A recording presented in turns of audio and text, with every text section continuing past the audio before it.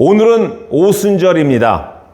영어로는 펜테코스트, 히브리어로는 샤부옷, 바로 50번째라는 어원에서 온 말입니다. 오늘날 우리들의 교회에서 오순절은 바로 마가의 다락방에 임하신 성령의 강림을 기념하는 날입니다. 레위기에 이렇게 적혀 있습니다.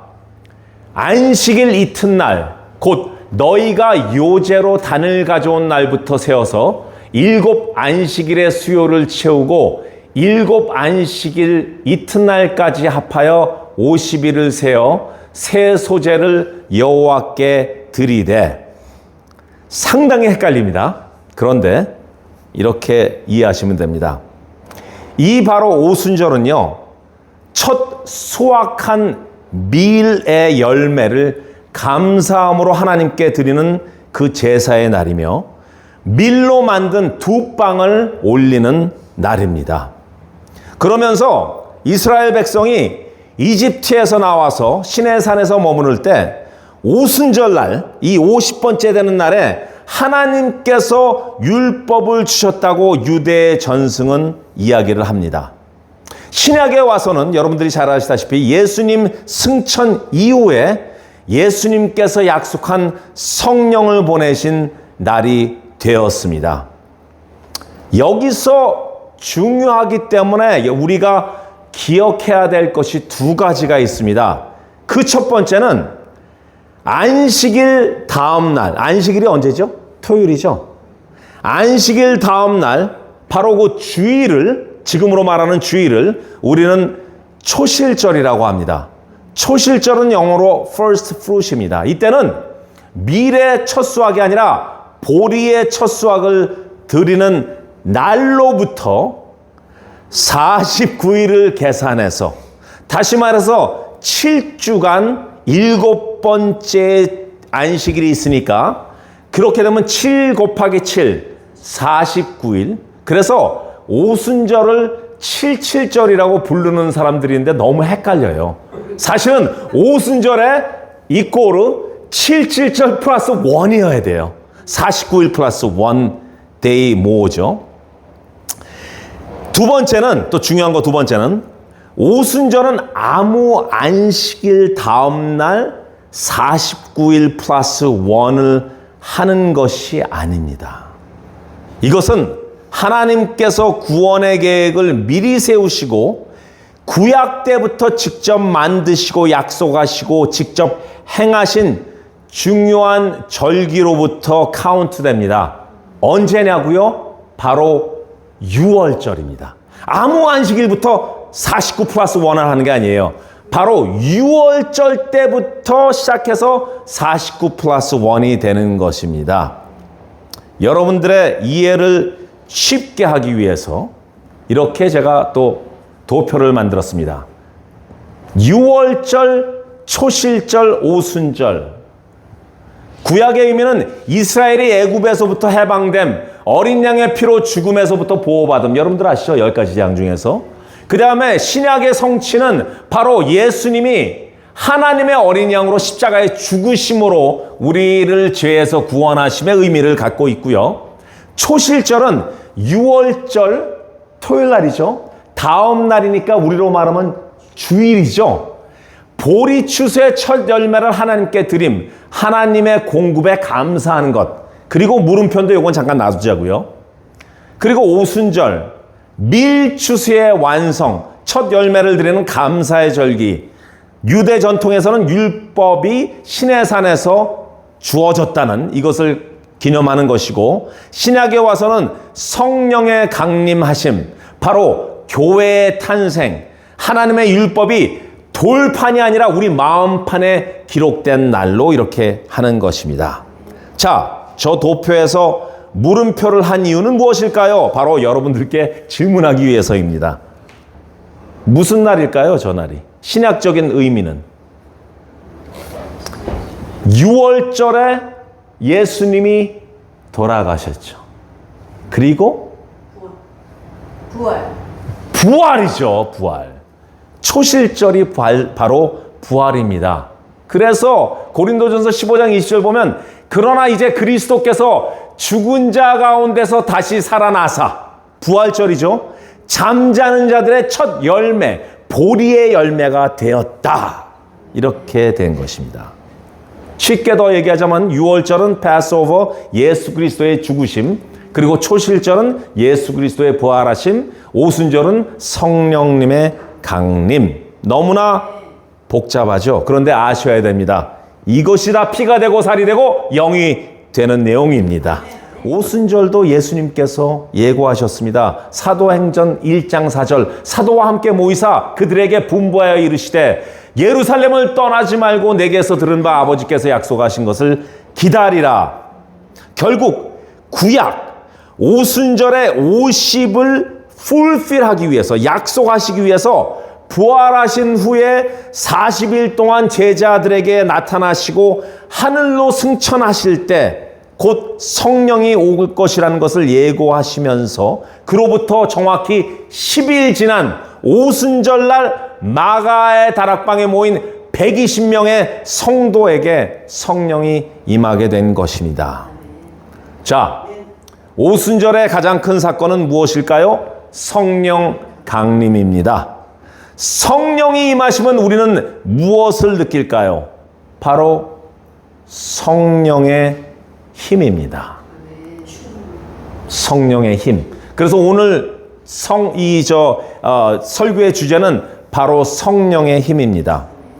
성령이 임하실 때요, 성령의 힘은 하늘을 여시고 뜨거운 성령의 불을 떨어지게 하시고 그로 인해서 모든 마귀들이 쫓아 버려지고 병든 자들이 치유케 되며 암덩어리들이 녹아내리고 보지 못하고 듣지 못하는 사람들이 세상을 보게 되고 하나님께서 주신 자연의 소리를 듣게 되고 죽은 자들이 다시 일어나게 되는 그런 역사를 볼 수 있습니다. 하지만 저는 저의 많은 설교에서 너무나 그런 현상에만 우리가 집중하지 마시고 성령을 받은 사람들답게 성령님의 조명하심과 인도하심에 순종하여 우리들의 개인들의 삶의 변화를 하고 성령의 열매를 맺는 그것이 더 중요하다고 나누었습니다.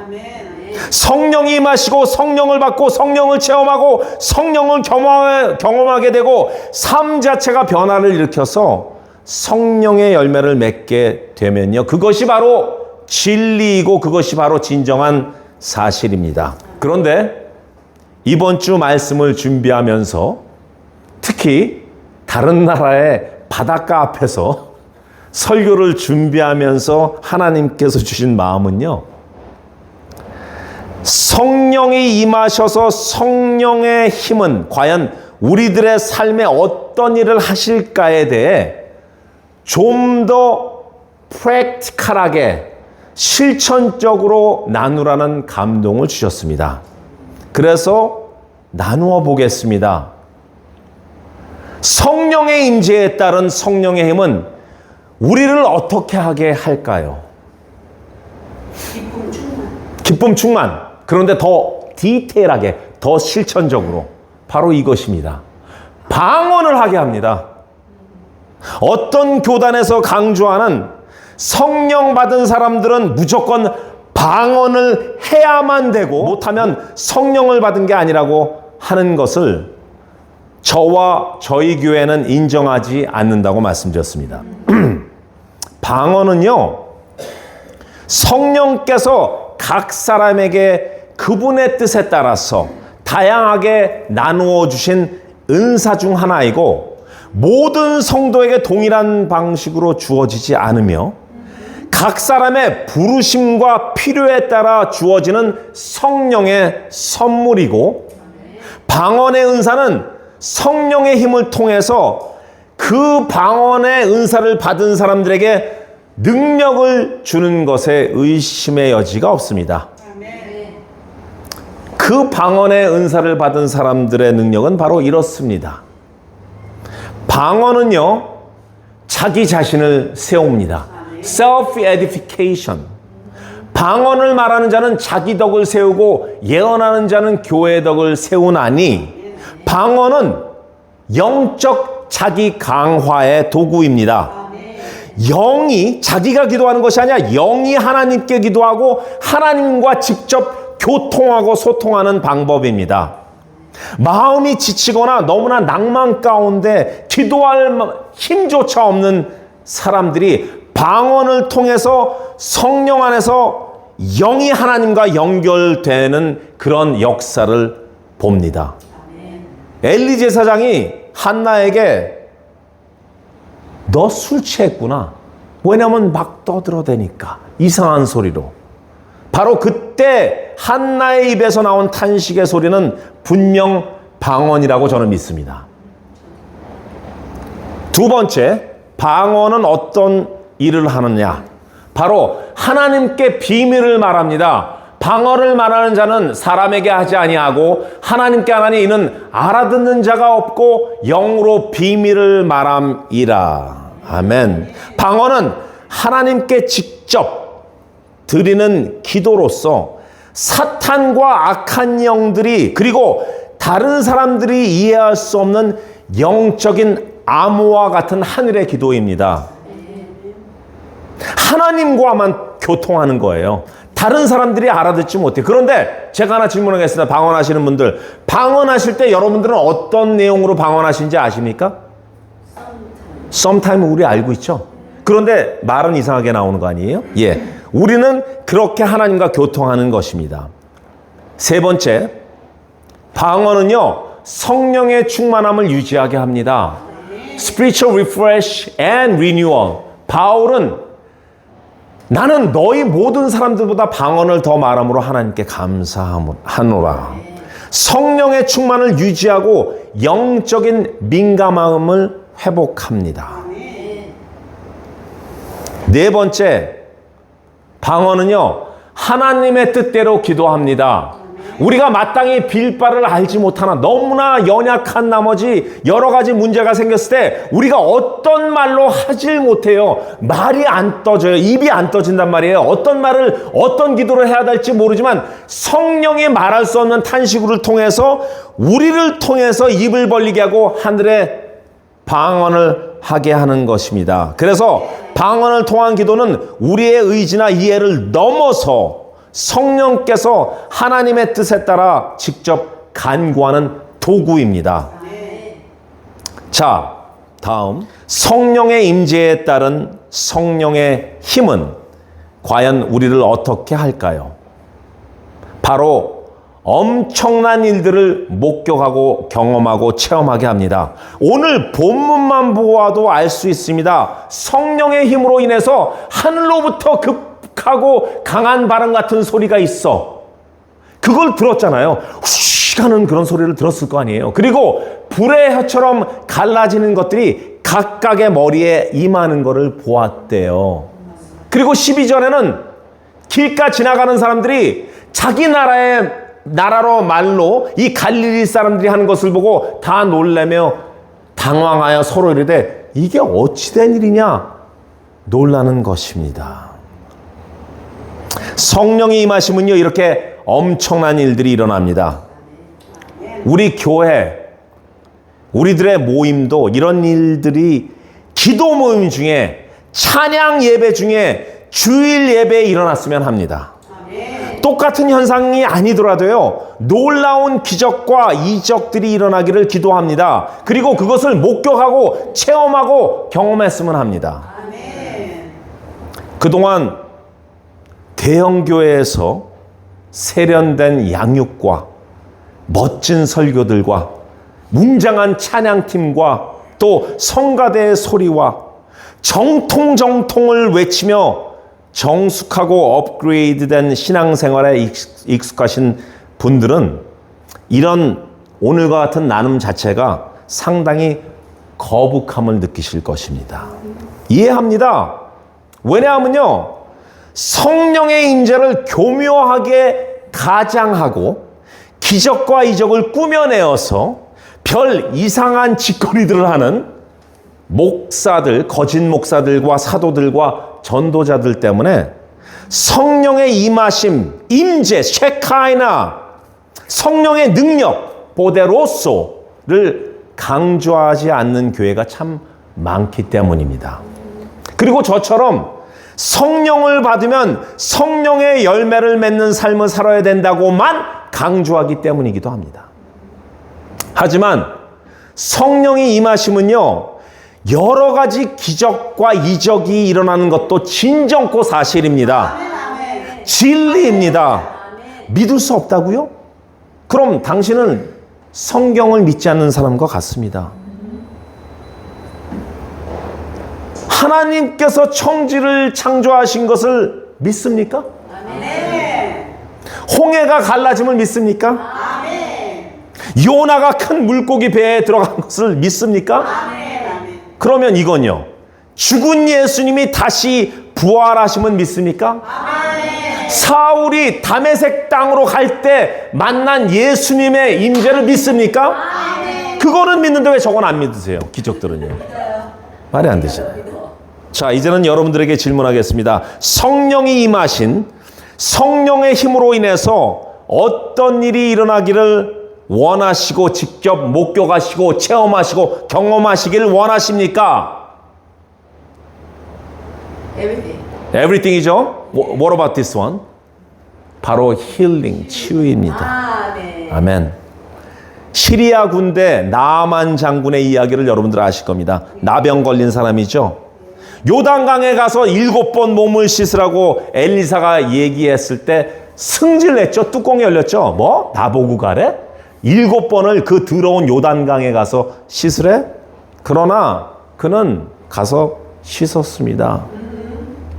말을 듣고 요단강에 들어가니 여호와의 영이 치유의 권능을 나타냈습니다. 그뿐 아니라 죽을 병에 걸린 히스기야 왕이 간절한 기도와 간구에 이사야 선지자를 통해서 15년 생명을 연장시켜 주셨던 것, 이것도 성령의 치유하심입니다. 신약에 와서는요, 너무 많죠. 하나님이 나사렛 예수에게 성령과 능력을 기름 붓듯 하셨음에 병 고치는 모든 일들을 하셨느니라. 사도들이 행한 많은 표적과 기사가 백성 가운데 일어나고 베드로의 그림자만 지나가도 병든 자들이 낫다. 그래서 가끔 우리 송장로님께서 내 그림자 밟지 마세요 이러잖아요. 바울의 손수건과 앞치마만으로도 병이 떠나고 귀신이 물러가고, 야고보서 5장 14절에 너희 중에 병든 자가 있느냐? 그는 교회의 장로들을 청할 것이요 기름을 바르며 그를 위해서 기도할지니라. 왜냐하면 치유의 역사가 있기 때문에 그렇게 고하라는 것입니다. 성령을 받은 성령의 사람, 사도들, 리더들, 성령을 믿는 사람들도 이런 능력을 가질 수 있다고 나온 증거가 바로 이것이었습니다. 우리들도 그렇게 할 수 있습니다. 예수님께서 이렇게 말씀하셨잖아요.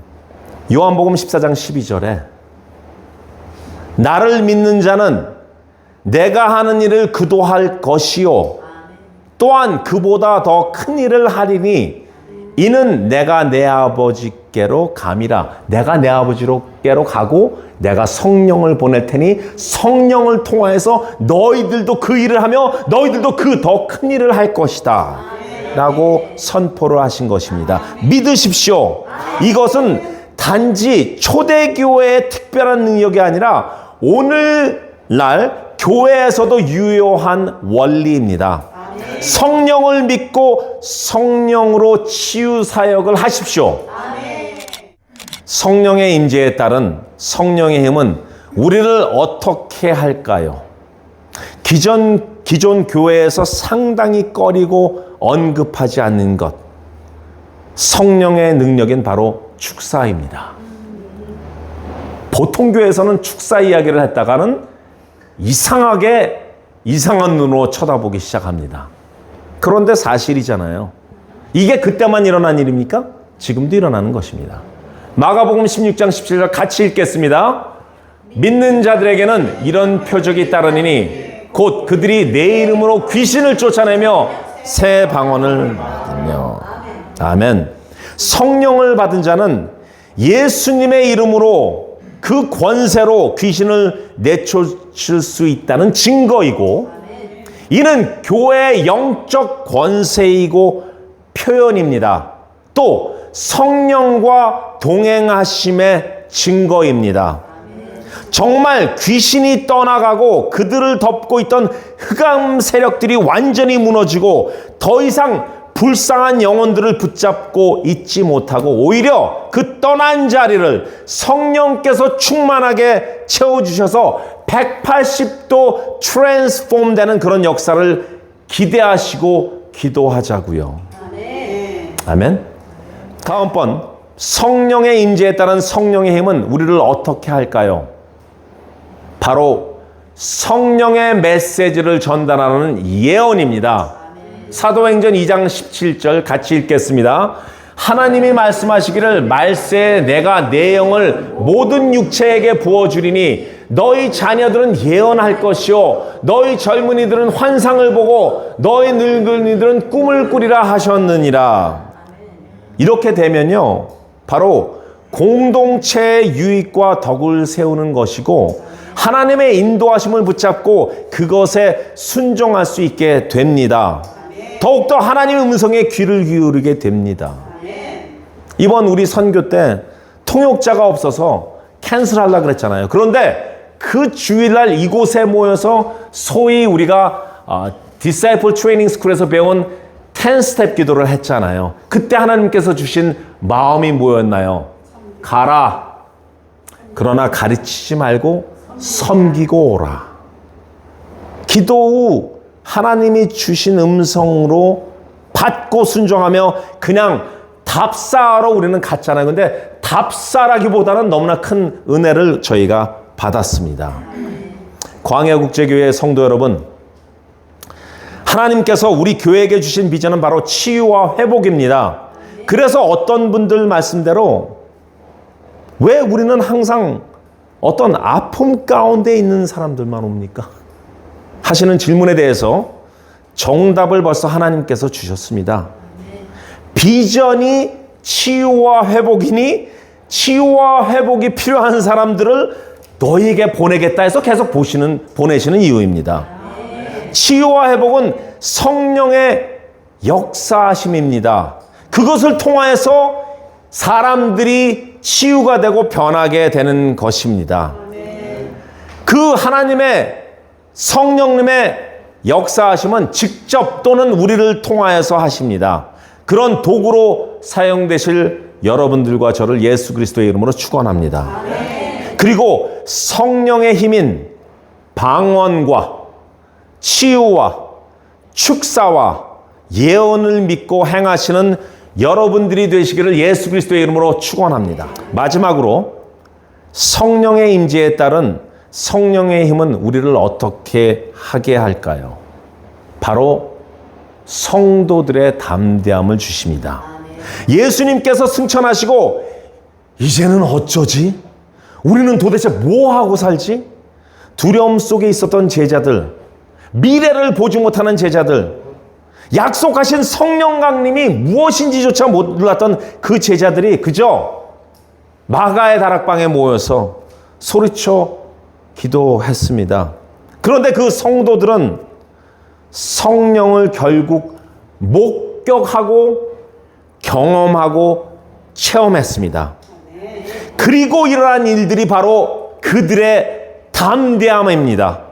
베드로는요, 자리를 박차고 일어나서 뛰어나가서 좋은 소식, 예수를 전했습니다. 몇 명이 예수께 돌아왔습니까? 3,000명이 예수께 돌아왔습니다. 예수님을 영접하고 세례를 받았습니다. 그때부터 바로 교회가 시작이 되어서 지금의 광야 국제교회도 그중 한 교회가 된 것입니다. 성령을 받았는데 저는요, 아직 아닌 것 같은데요. 저는 다음번에, 저는 좀 부족해서요. 저는 아직 두렵습니다. 아직 ready가 안 됐습니다. 저는 가족들 때문에 저는 이게 핑계가 더 이상 되지 않았으면 합니다.